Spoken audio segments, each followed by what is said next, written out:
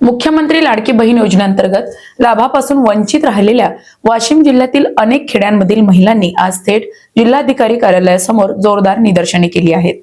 वृद्ध महिला, लहान मुलं कडेवर घेऊन काही जणी तर उपाशी पोटी रस्त्यावर उतरल्या आहेत। आमचा गुन्हा काय? योजना जाहीर झाली पण 2 महिने झाले हप्ता जमा न झाल्यामुळे महिला त्रस्त झालेल्या दिसून येत आहेत। लाभ मात्र मिळालाच नाही असा संतप्त सवाल या महिलांकडून केला जात आहे।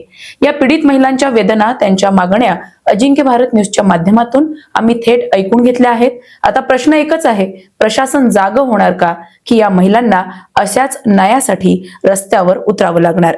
अधिक अपडेटसाठी अजिंक्य भारत न्यूज सोबत रहा। प्रतिनिधी प्रताप नागरे, वाशिम।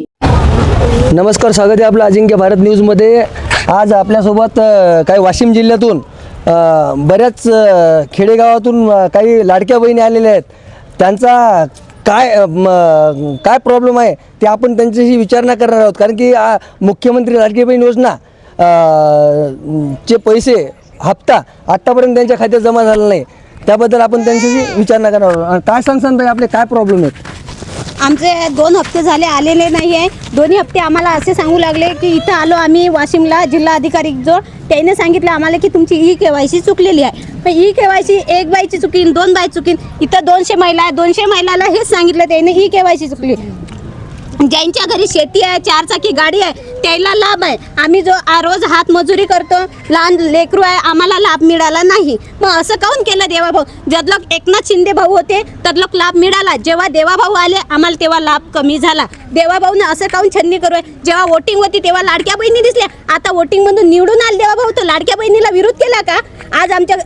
आज आम्हाला लाभ मिळाला तर बरं, नाही तर मग लाभ द्यायचा असेल तर सगळ्या बहिणीला द्या, नाही तर सगळ्या बहिणीचा लाभ बंद करा। तसं नसेल तर मी आज माझं लेकरू घेऊन सगळ्या बहिणीला इथं उपोषणाला बसणार आहे। अन पाणी आम्ही सगळ्या बहिणी सोडणार आहे इथं। अजून काही महिला आहेत आपल्यासोबत, आपण काय सांगसान ताई, आपण कुठून आल्यात? मी पारडी गावावरून आलेली आहे। ज्यांच्या घरी 10-20 एकर शेती आहे त्यांना पण ही 1,500 रुपये हे सर्व लाडक्या बहिणी नाही मिळाले, पण आमच्या घरी आम्ही रोज वावरात जाऊन 200 रुपये कमावतो। काऊन आम्हाला नाही का पाहिजे? हा आम्हाला बी लागल ना हा लाभ, असं नाही करायला पाहिजे त्यांनी। एवढ्या दूर आलो म्हणा, एवढ्या दूर आमच्या गावच्या प्रत्येक गावच्या महिला आलेल्या आहेत इथे उपोषणाला बसणार आम्ही। त्यांनी जर आम्हाला पैसे नाही दिले आम्ही अन्न पाणी काहीच घेणार नाही। आज वाशिम जिल्ह्यातील बऱ्याच खेड्यात गावातून ह्या महिला इथं लाडक्या बहिणी आलेल्या आहेत आणि यांचा असा आरोप आहे की देवाभाऊ आले तेव्हापासून आमचा लाभ बंद झाला। 2 महिने झाले आज हे कार्यालयात गेलेले आहेत, इथं महिला बालकल्याण कार्यालयात, तर त्यांना असं सांगण्यात येते की बाबा तुमची KYC झालेली नाही, चुकलेली आहे।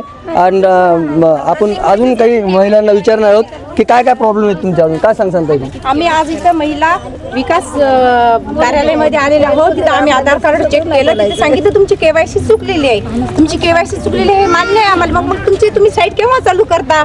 तुम्ही साईट चालू करा, आम्हाला KYC करायचा चान्स द्या। आणि आमचे हे 2 हप्ते आहेत ना, ते 2 हप्ते आम्हाला मिळू द्या, कारण की वर सांगितलं त्यांनी तुम्हाला 2 हप्ते आहेत, हे मिळणार नाहीत आता, तुमचे ते गेलेत। असं कोणी काही सांगू राहिलं, कोणी मध्ये लेखी अर्ज द्या, कोणी मध्ये काही द्या। आमची एवढी विनंती आहे की आमचे हप्ते चुकू देऊ नका, चुकले तर सगळ्याची चुकू द्या, नाहीतर कोणाची चुकू देऊ नका। कारण की आम्ही आज आमच्या इथं आज आम्ही मजुऱ्या पाडून इथं आलेलो आहोत आणि इथं उपोषण आम्ही भाडं खर्चून मजुऱ्या पाडून इथं आलो। कशासाठी आलो? आम्हाला काहीतरी तिथून सांगतील, तिथं काहीच सांगितलं नाही, तिथं फक्त KYC चुकली। मग KYC करायची कधी? KYC करायची, कशामुळे चुकली, काय चुकली ते काहीच नाही, फक्त तुमची KYC चुकली एवढं सांगितलेलं आहे आम्हाला। KYC पण एवढं राहायची KYC चुकल का सगळं?